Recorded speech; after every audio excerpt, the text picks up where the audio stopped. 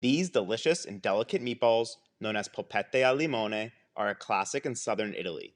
And after one taste, it's clear why many Italian home cooks reach for lemons instead of tomatoes when making meatballs. And this starts just like any traditional meatball recipe with some bread. And this is a couple ounces of French baguette, but you want enough to equal about a half cup of breadcrumbs. And to that, I'm adding a third cup of milk. This is obviously going to moisten up the bread and make it easier to mix into the meat. And just give that a mix so it absorbs the milk. And the bread's a key ingredient for a couple reasons. It will help make the meatballs soft and tender, and also with the addition of milk, it will help keep them moist. Now we can start mixing everything together. We have 3/4 pound of ground chuck, which is 80/20, and then also a half pound of ground pork. Pork is key to any good meatball recipe because it's going to add fat and flavor and make it different than biting into like a round hamburger. To that, we're going to add the bread and milk, 2 tablespoons of finely chopped parsley, about 1.5 ounces of Pecorino Romano cheese. I also like to add 2 tablespoons of regular dry breadcrumbs. These happen to be panko, and it just helps make sure everything gets bound together very well. 1 egg, a 1/4 teaspoon of onion powder, which is optional, but often you find like diced raw onion in meatballs, and it just doesn't cook right if you add raw onion to the meat mixture. So I find it best to use onion powder if you want some onion flavor. Then about a 1/2 teaspoon of salt and some black pepper to taste. And of course, since this is polpette al limone, the zest of 1 lemon. Which you might think is weird, but the mixture of citrus and meat is really gonna make it pop. Okay, you can do the initial mixing with a fork just to bring it together slightly. But once that's done, the only way to proceed from here is going to be using your hands.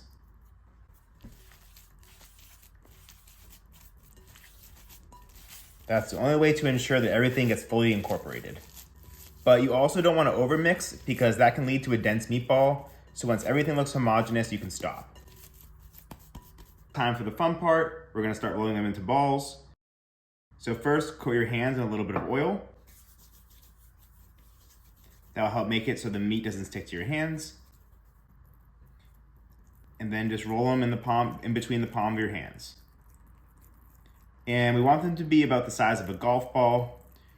Authentic Italian meatballs are never really big. That's really an Italian American thing. And yeah, we want these ones to be fairly small.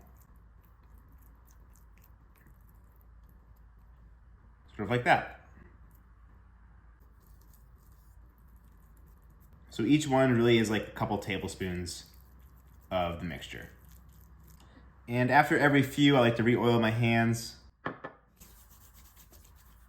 So yeah, pretty easy here. Just rolling them in between your hands, but you don't want to push too hard because that can make them dense. So just lightly push them back and forth. And eventually they'll form a nice even ball.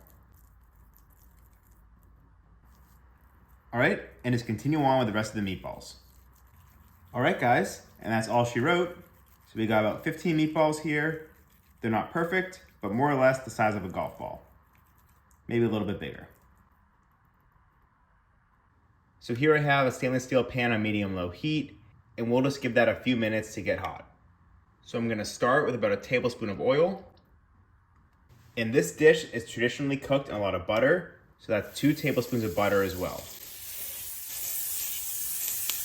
And also rosemary, so that's a sprig of rosemary, which will help flavor the butter and oil. And now we're just gonna drop in the meatballs. And as you put them in, if you give them a press down, that's best, because we're really gonna only cook them on 2 sides. So they're still ball form, but have a slight flatted edge on the top.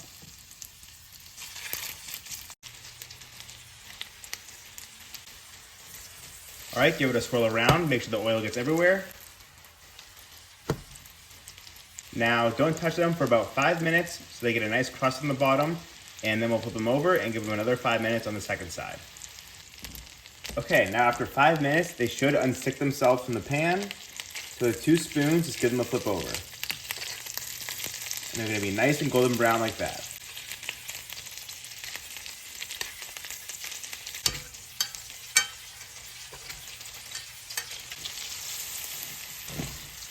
All right, now I'll give them about 5 minutes on the second side.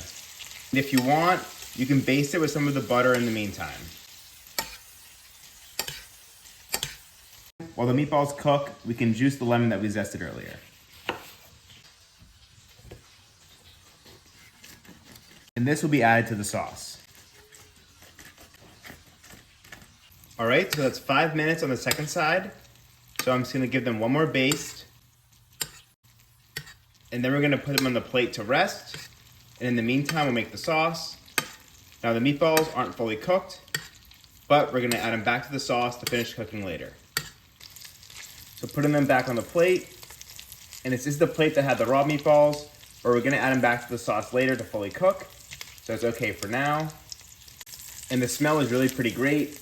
You never think that beef and lemon would go so well together, but I think it does.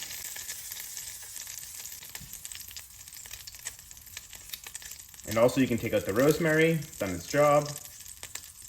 Now we got the pan on low heat, and don't worry, all this delicious fond is gonna become part of the sauce. So first, we're gonna add 1.5 tablespoons of flour. And this is gonna create a roux, which will thicken the sauce. Now, traditionally, Polpette al Limone are first coated in flour and then pan fried, but I find it easier to not coat them in flour, and it gives it a better golden brown crust on the meatballs, and then add the flour to the sauce at the end to help thicken it up. So give that a second, and we're just gonna cook the raw flour out. The roux has cooked out for a couple minutes, and now I'm gonna add 1 cup of hot chicken stock. You could also use vegetable stock.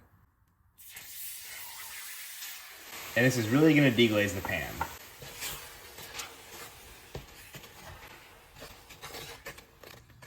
So now we're gonna give that a couple minutes on low heat until it reduces slightly and it starts to thicken.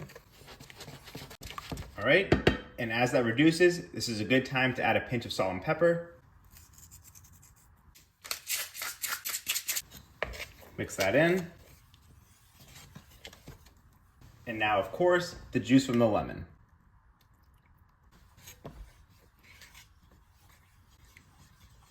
And the final thing to offset the sourness of the lemon is 1 tablespoon of honey. And give that one final mix. All right, guys, sauce is cooked for another couple minutes. It's looking really nice. So now I'm gonna add the meatballs back in to finish cooking.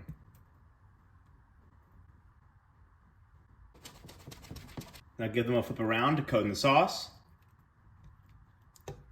Okay, and the pan's on low heat, so we're probably gonna give them about 3 minutes on each side again, and then they'll be fully cooked.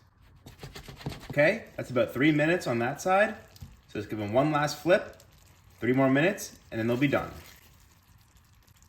And as you can see, they're absorbing the sauce nicely, and they'll be full of flavor. And if you want, you can ladle again some of the sauce over the top. Okay, they're fully cooked. Now we're just gonna finish them with some more fresh parsley.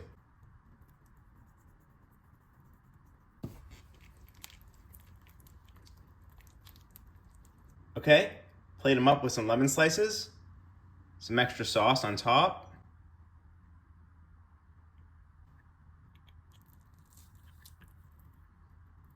Very tender, nice and moist in the center.